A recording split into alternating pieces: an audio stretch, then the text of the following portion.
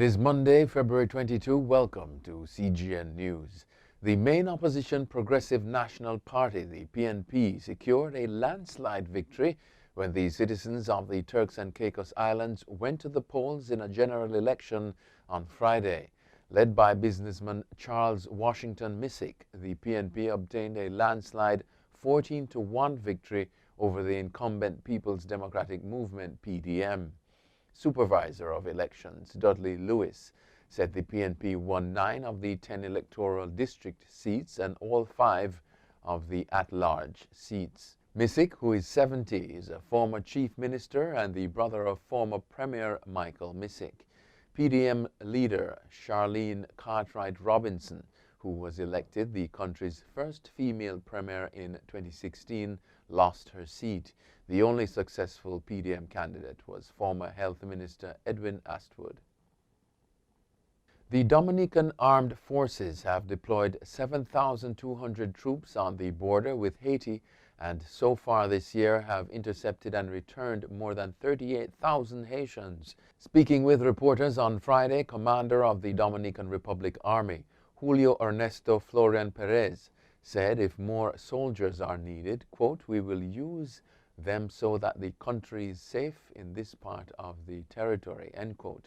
Florian noted that the Dominican military recently caught some people wanted by the Haitian justice system and, quote, "some criminals were handed over to the Haitian National Police."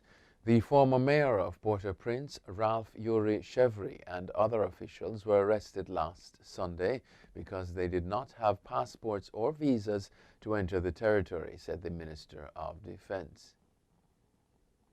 The police have arrested a 23-year-old woman who was held at the Eugene F. Correa International Airport in Guyana early Saturday with a quantity of drugs wrapped in condoms that were inserted in her vagina. The woman also admitted to swallowing 73 cocaine-filled pellets. The police report that the woman was preparing to board a Caribbean Airlines flight that was destined for Barbados when they observed that she was acting suspiciously. Quote, "a physical search was done and she passed out a bulky package wrapped in condoms, which was suspected to be narcotics," end quote, the police stated. Investigations are ongoing.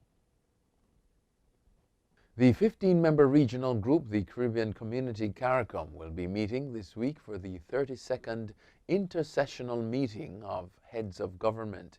In a statement on Sunday, Caricom Chairman Trinidad Prime Minister Dr. Keith Rowley said the meeting will be held on Wednesday and Thursday. Rowley will on Monday have a meeting of the Prime Ministerial Subcommittee on the Caribbean Single Market and Economy in preparation for the wider regional meeting. On Friday, Rowley will speak at the Atlantic Council's front page event regarding issues emerging from the meeting and the region's outlook for improved collaboration with the United States and the Hemisphere.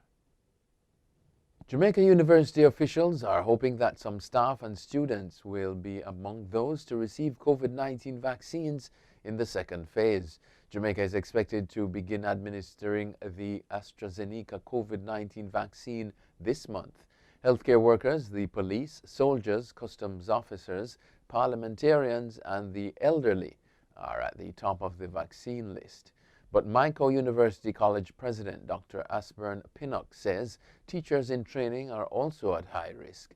The University of the West Indies Mona Pro Vice Chancellor Professor Dale Webber says the faster Jamaica can get to the point of herd immunity, the better it will be for the education sector.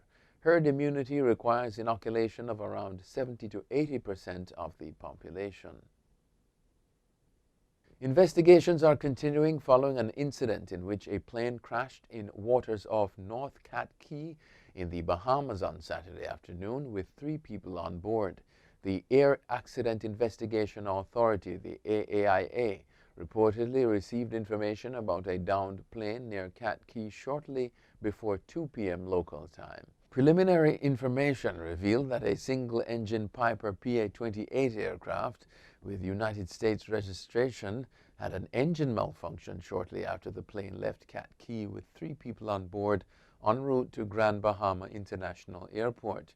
The AAIA said the 3 people were transported to Grand Bahama for medical evaluation but the extent of any injuries were not disclosed, CMC reports. Overseas now, Argentina's health minister was removed Friday after a well-known local journalist said he had been given a coronavirus vaccination preferentially after requesting one from the minister. President Alberto Fernandez requested the resignation of Health Minister Ginés González Garcia, said a government official who spoke to the Associated Press on condition of anonymity. The firing comes on the heels of reports that legislators and people close to political power received vaccine shots despite not being in the priority group authorized to receive them. In a Twitter post, González Garcia insisted he was forced out over a misunderstanding. He said that the vaccinated people belong to the groups included within the target population of the current campaign. Australia's government has criticised fans at the Australia Open tennis final after some loudly booed the mention of a COVID-19 vaccine rollout. The booing happened during Sunday's awards ceremony after the men's final, when a tennis official referred to global vaccine efforts as a sign of optimism. Men's #1 player Novak Djokovic won the final against Russian Daniil Medvedev. The incident comes just as Australia begins its national inoculation program. Deputy Prime Minister Michael McCormack called the crowd's behavior, quote, disgusting. The daughters of U.S. slain civil rights leader Malcolm X want the investigation into his 1965 murder to be reopened. They cite a deathbed letter from a policeman alleging that the New York Police Department and the FBI conspired and covered up details of the February 21 assassination. Raymond Wood wrote his job was to ensure Malcolm X's security team were arrested days before he was shot dead in Manhattan, his family says. Wood alleges that he was tasked with making sure that Malcolm X would have no door security in the building where he was due to speak in public. At a press briefing Saturday, Wood's family said he did not want to make the letter public until after his death, fearing repercussions. 3 men, all members of the Nation of Islam, were convicted of the murder and sentenced to life in prison. One has since died, while the others have been paroled. And finally, a popular Chinese beverage chain has apologized for using sexist slogans on its merchandise after they sparked outrage online. Sexy Tea Shop referred to women as a, quote, bargain on one of its mugs, adding that customers could pick up women while waiting for their drinks. It printed various local phrases on the mug, including one which in slang refers to picking up a deal for cheap. A picture of the mug went viral on Chinese social media site Weibo and quickly attracted a barrage of criticism.